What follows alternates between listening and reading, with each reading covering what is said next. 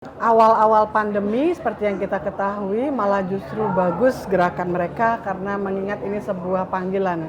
Nah ini, tapi sekarang potensinya sudah mulai naik, tapi baru sebegitu. Jadi kalau kita bisa optimalkan lagi, bisa lebih besar lagi tuh dana itu. Kita kalau soal seperti ini sih saya rasa ini panggilan jiwa, ya. Panggilan jiwa. Panggilan jiwa meronta. Kayak lagu saya ada kita tuh. Pas pengen, pas ana. orang ala, Orang kepenang.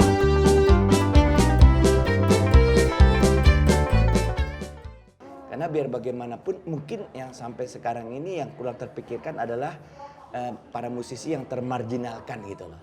Pasti mereka sangat pantas untuk mendapatkan dukungan. Jadi perannya Dompet Duafa di situasi kayak gini gimana nih Om? Saya pikir Dompet Duafa mungkin harus masuk juga ke para seniman.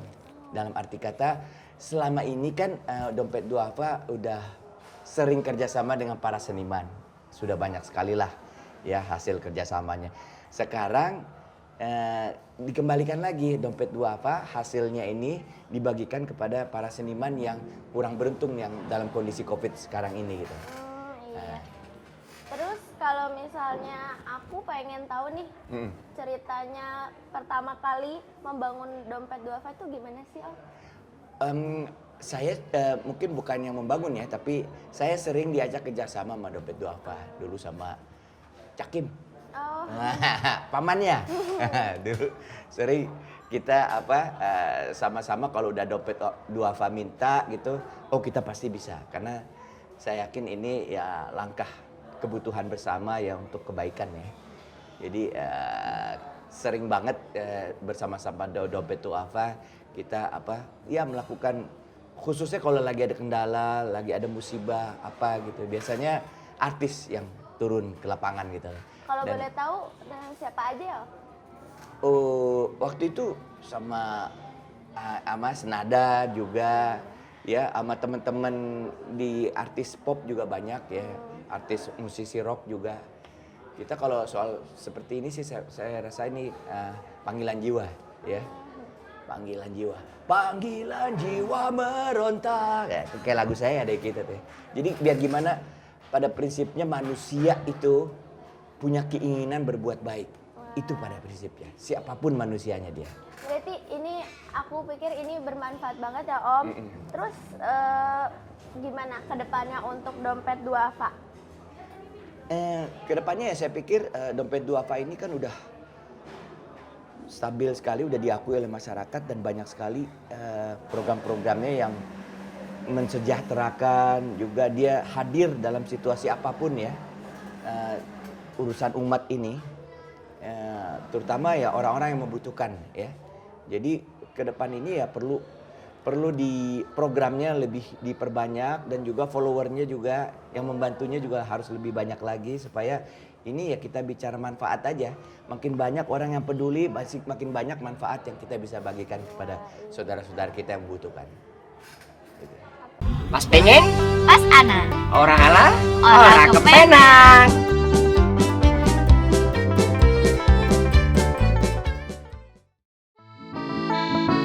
Assalamualaikum Mbak. Waalaikumsalam. Saya Nisa dari Silakan. Hyper Community. Ya. Mau tanya-tanya boleh? Silakan, boleh. Apa kabar Mbak? Alhamdulillah. Jadi gini, Nisa mau tanya. Kan sekarang lagi pandemi kayak gini, gimana sih peran komunitas filantropi itu? Awal-awal pandemi seperti yang kita ketahui malah justru bagus gerakan mereka karena mengingat ini sebuah panggilan. It's a call untuk melakukan kebaikan. Kebaikan kepada siapa? Kepada kemanusiaan ya. Dan filantropinya banyak yang bergerak di atas basis komunitas muslim maupun juga ada yang tidak muslim ya, nasional seperti itu. Nah, saya melihat sendiri kegiatan di rumah bagaimana Ciki Fauzi yang kecil dan juga kakaknya bersama dengan Dompet Duafa Republika melakukan banyak gerakan sosial dibantu oleh Wardah Kosmetik Halal. Jadi kalau aku lagi cantik hari ini, ini karena halalnya kosmetik yang aku pakai dan cantik dari hati. Nah kemudian setelah berjalannya pandemik sekian lama nggak beres-beres, 6 bulan ya, masuk 6 bulan ya. sudah mulai agak berkurang. Kenapa? Ya mungkin juga karena orang-orang yang dulu membantu sedang tidak berlapang rezeki juga. Mungkin banyak juga dari mereka yang dulu memberikan sumbangan kehilangan pekerjaan, ada loh. Karena layoff sedang terjadi di mana-mana. Kemudian mereka yang biasanya berjualan omset turun, ya. Rata-rata tuh berkurang 50%-an, malah ada yang lebih. Nah, kemudian gerakan-gerakan kebaikan ini juga banyak selain dompet duafa Republika, juga kita melihat ada rumah zakat ya, dan juga yang kecil-kecil lainnya yang mungkin jarang terekspos di media mainstream maupun side stream, seperti teman-teman dari BTM ya, Baitul Tamwil Muhammadiyah, itu luar biasa kegiatannya. Pun tempat seperti Yayasan BI kan punya kampus IBS Indonesia Banking School, itu juga punya kegiatan sosialnya, dan kampus-kampus lainnya. Oh, berarti produktif ya, sangat produktif. When it is a call, ketika itu adalah sebuah panggilan, maka kita nggak menghitung apakah itu dianggap sebagai produktif apa nggak, ngalir aja gitu ya, karena namanya dakwah, bisa bilhal, bisa bilisan, kebaikan juga nggak harus nunggu banyak dulu baru diberikan gitu ya. Jadi ketika seorang mengatakan bahwa dia produktif, mungkin dia malah kurang produktif. Malah kalau orang merasa kayaknya kurang nih produktivitas aku, jangan-jangan sudah terlalu banyak yang dilakukan, cuma dia nggak ngitung aja, nggak bermatematika sama Allah gitu. Terus bagaimana nih komunitas ini dapat mengambil peran di masa pandemi kayak gini, yang notabene ekonomi masyarakat terus melemah, itu gimana dia? Kayaknya sih kalau berbuat kebaikan udah ngalir aja, nggak usah ngitung-ngitung. Kalau mampu kerjakan, ketika sedang nggak mampu, duduk sebentar, tarik nafas. Dan ingat-ingat ketika kebaikan itu berjamaah ya, berfastabikul khairat, nggak terasa berat walaupun pandemik itu membuat kita melemah makin hari. Dengan harapan selalu ada keajaiban Allah yang menjadi lebih baik. Pas pengen, Pas Ana, orang ala, orang kepenang.